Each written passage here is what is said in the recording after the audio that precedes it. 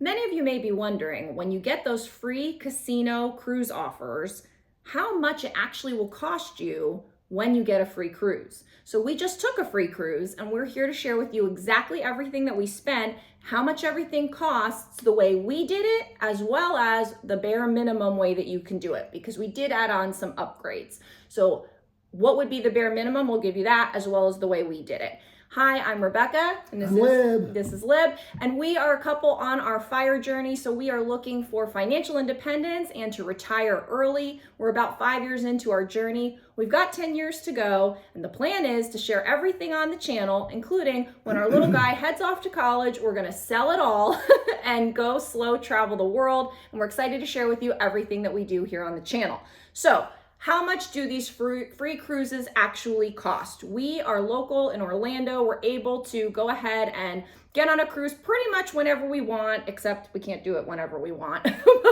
We could if we wanted to. Some people have to work. Right, some people have to work. And so we get these free cruise offers because from time to time we do gamble on these cruises, and then we get the cruise offers. So we got a cruise offer, and he's gonna tell you a little bit more about it because he manages all of that. But I will tell you, we went on Royal Caribbean Cruise Line. We went on a 5-day cruise on Voyager of the Seas out of Port Canaveral.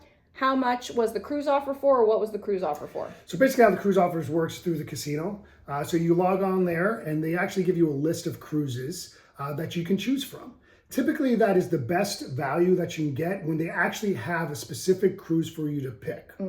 They also have trade-in values. Like for example, for this particular cruise, it was a $350 trade-in value. If you compare that to a free cruise, really is not a good value. Right. So the best thing is to pick the actual cruise with the actual dates. Once you have that, you reach out to the casino. You can either put it in online, or you can actually call them and specify whatever room you want or whatever upgrades that you might want. Okay. We chose this one just because it was out of Port Canaveral, super easy for us to get there. And it was the right dates, and it was a longer 5-day cruise. Right. And this was our, like, when we just go just us and we leave our little guy home. We do a family cruise every year with him, but this is the one where it's just us. Yeah. And it was an older boat, sure, but you know what? You're on a cruise ship. They have a Royal Promenade. They have a casino. Who cares? Right. We enjoyed it. Yeah. So go ahead and talk about the cost. As far as the cost of it goes, they offered me a free interior is what the offer was. Okay. We decided, since we're by ourselves, to upgrade to a balcony.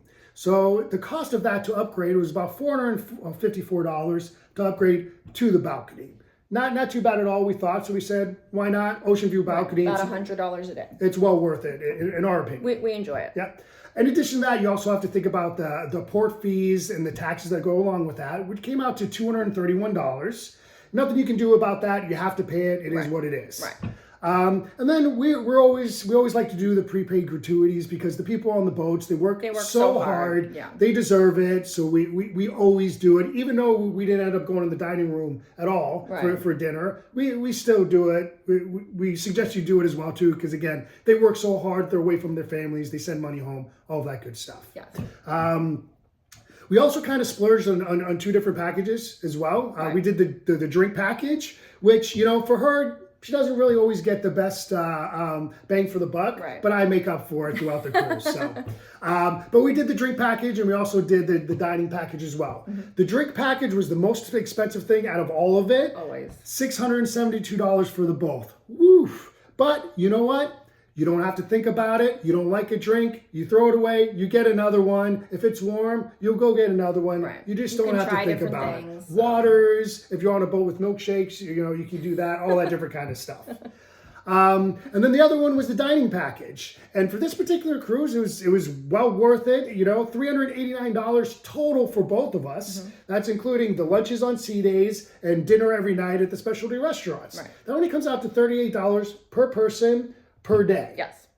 I mean, come on, you can't beat that. And we really enjoyed it too. Yeah, we do. Yeah. And we did a whole video specifically about whether we think it's worth it and what we liked about it, what we didn't like, and our favorites. So you can check that video out. So another little thing that we did is I always bring about $100 worth of dollar bills just to kind of tip a little bit extra here and there for the drinks. Because again, these guys work really hard. And if they go above and beyond for you, if they recognize you when you're coming up to the bar, throw them a couple extra bucks. They'll love you. Yeah, they do a really good job. So, and then obviously we did gamble on the cruise. So he'll go go over that in a second. Well, actually, why don't you do that now, and then I'll give the totals. Okay, so gambling on the cruise, in total, spent about $1,500. But it did get me to the next level of Prime, and we talked a lot about that in the previous video, so make sure you check that out. Yes, so, and you don't have to do it that way. So what we're gonna do is go over the total cost the way we did it, with and without the gambling, and then we're gonna give you the total cost. If you were just a person that literally said, I'm just gonna go on the free cruise as is, what's the minimum that I have to pay? We have that number for you too. So again, for a 5-day cruise on Voyager of the Seas, with a balcony, with a drink package, with specialty dining, with additional tips, without the gambling, the total cost is $2,026.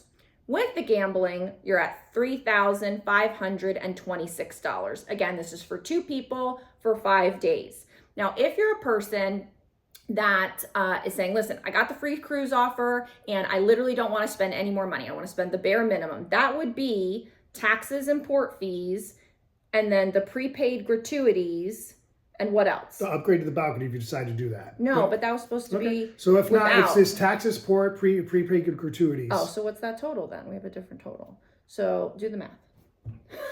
Let me pull out my calculator. What's that? I thought that's what we did. 180 plus 231. 411 if you don't upgrade to a balcony. Yes, that's much better. That didn't seem right. But you added with the balcony before, so that's why we did it. I don't think so. No, the bare minimum. So if someone didn't do what we did and they just wanted to go on the free cruise without having to do anything extra, no upgrades whatsoever, it's $411 for taxes, port fees, and prepaid gratuities. Correct. Okay. Or you can upgrade to the balcony and do the bare minimum with the balcony for $865. And that would be $865. Correct. So you could do bare minimum balcony for $865. Okay, so I think we gave you all of the different ways that you can do it. You don't have to do it our way. But if you're a person that likes to go on cruises and maybe it's nice and easy and fast for you, this could be a great way for you to capitalize on the money that you spend on a cruise to get a couple extra cruises out of it throughout the year or whenever. And the list that you get when you talk about so long. It's so like, but I said to you, I said, how many can we actually take? And the answer is we don't know what the max is, right? Like yeah, we I don't know, just cruise all the time if we want. Like it kind of seems like once I do an offer, another one pops up. Yeah. So I seem to have a constant flow of these offers. And there's some that you can do like on the shorter end too. So like this one was planned for a while. They have some of these that are only good for like the month of March or the month of February. Right. And you can just hop on those too. So if you have that flexibility and you don't mind driving to like Fort Lauderdale or Miami, you could totally go on multiple of these. As we get closer to like actual retirement, we do plan to cruise more. And then we definitely plan to utilize cruising as a big part of our slow travel journey. When we get to the point where we're doing go travel, we're going to use like repositioning cruises and longer cruises to go ahead and get from place to place instead of flying. And then when we get into our slow go years where we're just not able to do those trucking across Europe and things like that, we can just hop on a cruise and slow travel that way, where it's kind of a little bit more of a calm option. So we plan to go the long run with our Royal Caribbean. We're building up our loyalty. We're diamond right now. Going for Diamond Plus. Yes, and we're using our cruise offers as well. He's got the Prime status, so we're kind of putting all our chips in with Royal Caribbean so that we can make use of cruising with them for a long time. Thanks so much for watching this video. Check out the other cruise videos that we've done, and we'll see you next time. Happy cruising. Bye.